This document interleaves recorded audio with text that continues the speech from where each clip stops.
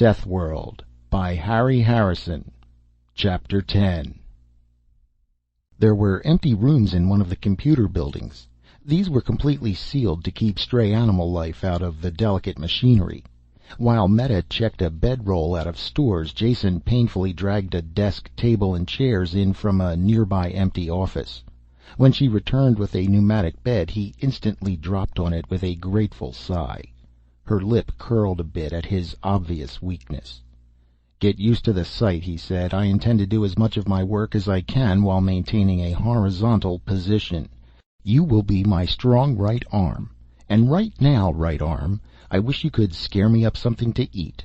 I also intend to do most of my eating in the previously mentioned prone condition." Snorting with disgust, Meta stamped out. While she was gone, Jason chewed the end of a stylus thoughtfully, then made some careful notes. After they had finished the almost tasteless meal, he began the search. "Meta, where can I find historical records of Pyrus?" "I've never heard of any. I really don't know." "But there has to be something, somewhere," he insisted. "Even if your present-day culture devotes all of its time and energies to survival, you can be sure it wasn't always that way. All the time it was developing, people were keeping records, making notes. Now, where do we look? Do you have a library here?" "Of course," she said. "We have an excellent technical library. But I'm sure there wouldn't be any of that sort of thing there." Trying not to groan, Jason stood up. "Let me be the judge of that. Just lead the way." Operation of the library was completely automatic. A projected index gave the call number for any text that had to be consulted. The tape was delivered to the charge desk 30 seconds after the number had been punched. Returned tapes were dropped through a hopper and refiled automatically. The mechanism worked smoothly. "Wonderful," Jason said, pushing away from the index. "A tribute to technological ingenuity. Only it contains nothing of any value to us. Just reams of textbooks." "What else should be in a library?" Meta sounded sincerely puzzled. Jason started to explain, then changed his mind. "Later we will go into that," he said. "Much later. Now we have to find a lead. Is it possible that there are any tapes or even printed books that aren't filed through this machine?" "It seems unlikely, but we could ask Polly. He lives here somewhere and is in charge of the library, filing new books and tending the machinery." The single door into the rear of the building was locked, and no amount of pounding could rouse the caretaker. "If he's alive, this should do it," Jason said. He pressed the out of order button on the control panel. It had the desired effect. Within 5 minutes the door opened and Polly dragged himself through it. Death usually came swiftly on Pyrus. If wounds slowed a man down, the ever-ready forces of destruction quickly finished the job. Polly was the exception to this rule. Whatever had attacked him originally had done an efficient job. Most of the lower part of his face was gone. His left arm was curled and useless.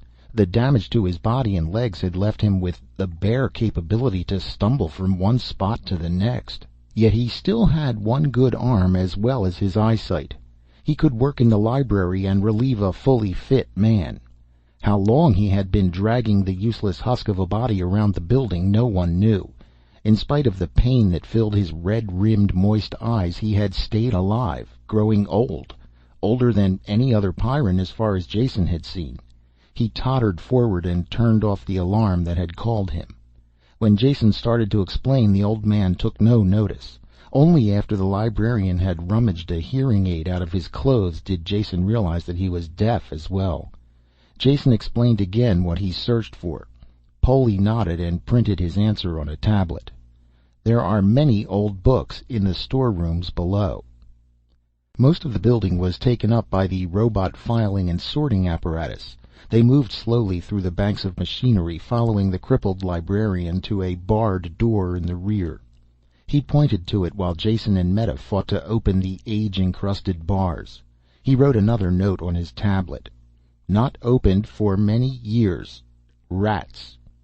Jason's and Meta's guns appeared reflexively in their hands as they read the message.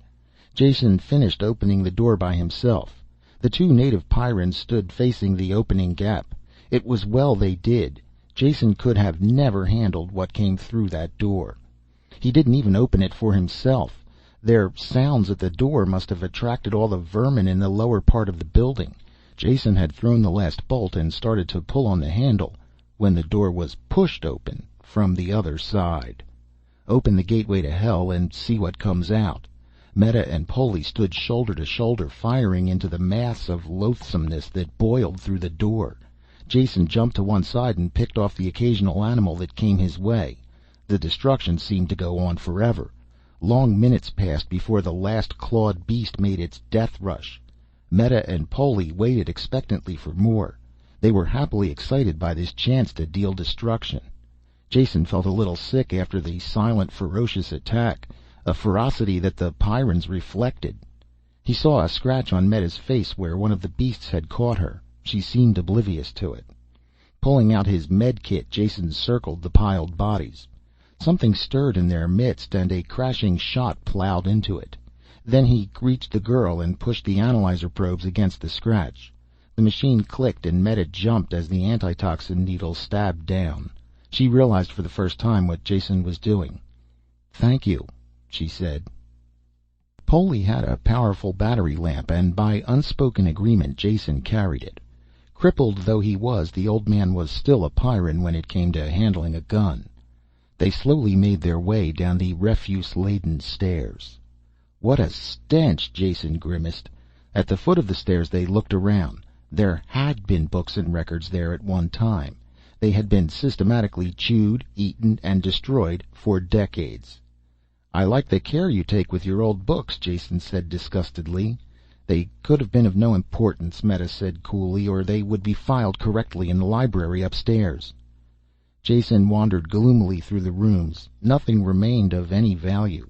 Fragments and scraps of writing and printing, never enough in one spot to bother collecting. With the toe of one armored boot he kicked angrily at a pile of debris, ready to give up the search. There was a glint of rusty metal under the dirt. "Hold this." He gave the light to Meta and began scratching aside the rubble. A flat metal box with a dial lock built into it was revealed. "Why, that's a log box," Meta said, surprised. "That's what I thought," Jason said.